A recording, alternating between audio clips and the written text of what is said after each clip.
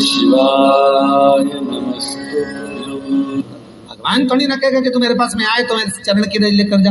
भगवान थोड़ी ना कहेगा कि मेरे पास में आकर तू ये लेकर जा।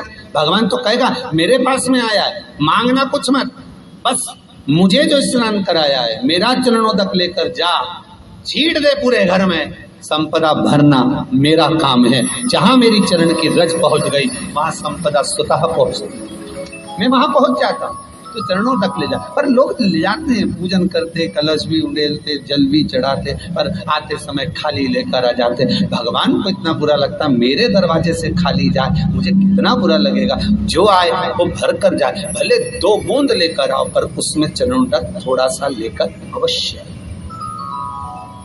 हमारी माताएं बड़ी प्रेम से कहती हैं, आप लोगों के मन में भी ये बात जरूर होगा, जितने लोग टीवी पर कथा सुन रहे हो, फेसबुक यूट्यूब पर श्रवण कर रहे हो, आपने भी सुना होगा, घर की जो माताएं होती है, कभी भी घर का रसोई घर का बर्तन जिसमें सब्जी बनाई है, 50 लोग अगर जिम में आ रहे हैं और कह दिया आज का निमंत्रण है, 50 लोगों का पार्टी है, ये है वो है, सुहागिल है या ब्राह्मण भोज है, तो वो जो खीर का पात्र होगा, जो बर्तन होगा, जो सब्जी का पात्र होगा, माँ उसको खाली जल्दी नहीं करती है। भले उसमें सब्जी थोड़ी ना थोड़ी पड़ी रहने देगी, जब तक सब जिम कर नहीं चले जाएंगे तब तक उसमें पटक कर रखेगी। क्यों? क्योंकि उसमें उसकी बरकत है।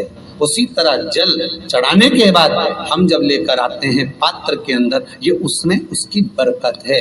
गर्ग संहिता में दूसरी चीज कही, उसको भी समझ लीजिए। गर्ग संहिता में कहा गया, जब आप घर से जल लेकर जाते हो भरकर, तो ये सृष्टि की जितनी नदियां हैं, पृथ्वी पर जितनी नदियां विद्यमान हैं, जितने तालाब, जितने सरोवर, जितने कुंड, जितने विराजमान हैं, उन सारे तीर्थों का जल जब आप घर से लेकर निकलते हो तो वो तीर्थ का संपूर्ण जल आपके कलश में आ जाता है। और जब आप उस जल को शिव पर समर्पित कर देती हो और 2 बूंद चरणादक लेकर जब जाती हो, तो शिव महापुराण गर्ग संहिता पद्म पुराण कहती है वो जल साधारण नहीं रहता, वो गंगा जल बनकर तुम्हारे घर को पवित्र करने के लिए पहुंच जाता है। वो पवित्र गंगा जल बन, उसको लेकर प्रवेश कर, उसको लेकर पहुंच।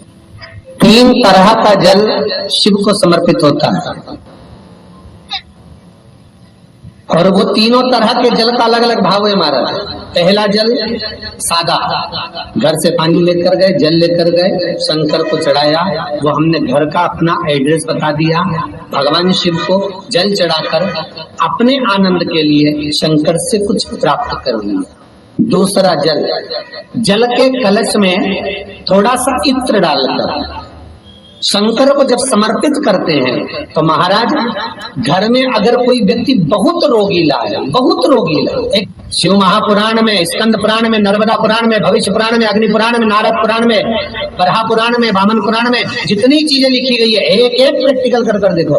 तो शिव महापुराण, स्कंद पुराण का ये भाव याद करिए कि 1 लोटे पानी में इत्र मिलाकर, जल में इत्र मिलाकर, बहुत रोगीला व्यक्ति, बहुत बीमार व्यक्ति है, 1 लोटा पानी उसका हाथ का स्पर्श कराकर शंकर को चढ़ाना प्रारंभ कर दीजिए। महाराज केवल 5 या 7 दिन चढ़ाओ, और वो 7 दिन के बाद में उस बीमार व्यक्ति का क्रम देखिए कि उसमें कितना आराम लगा है। औषधि दवाई काम करना प्रारंभ करी कि ना करी, केवल इत्र समर्पित, इत्र का जल। तो पहला जल सादा, दूसरा जल है इत्र का, और महाराज तीसरा जल जो शिव महापुराण के अंतर्गत कहा गया है, बेल पत्र का जल।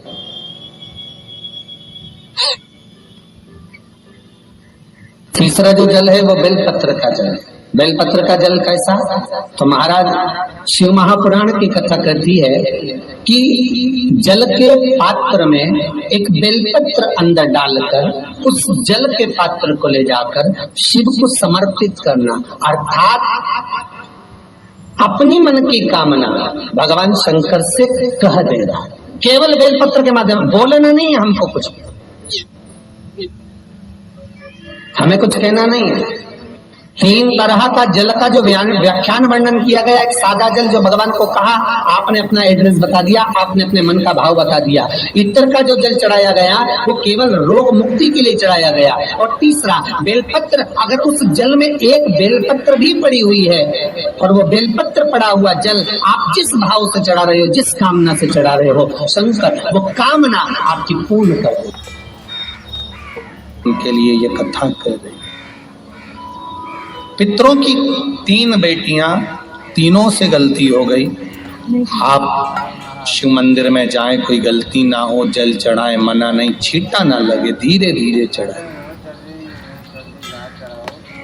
और एक बात अच्छे से ध्यान में रखिएगा, शिव मंदिर से जब भी वापिस आए, जल चढ़ाकर अपना फर्ज पूरा अदा कर। फर्ज से मतलब जब शिव मंदिर से वापिस आए, जो पत्ती, बेलपत्री, फूल शिव जी पे चढ़े थे वो नीचे शिवलिंग पे से नीचे गिर गए हो। एक शिवलिंग रखा है, बुलाना मिट्टी वाला, नहीं इधर उठा। में कथा चल रही, थोड़ा ध्यान से सुन। तो आप लोग जो पशुपति व्रत कर रहे हो या कोई भी उपास करते हो, कई लोग कहते हैं हमने करा नहीं हुआ। क्यों नहीं हुआ? उसमें हमारी गलतियों को हमें चाहिए।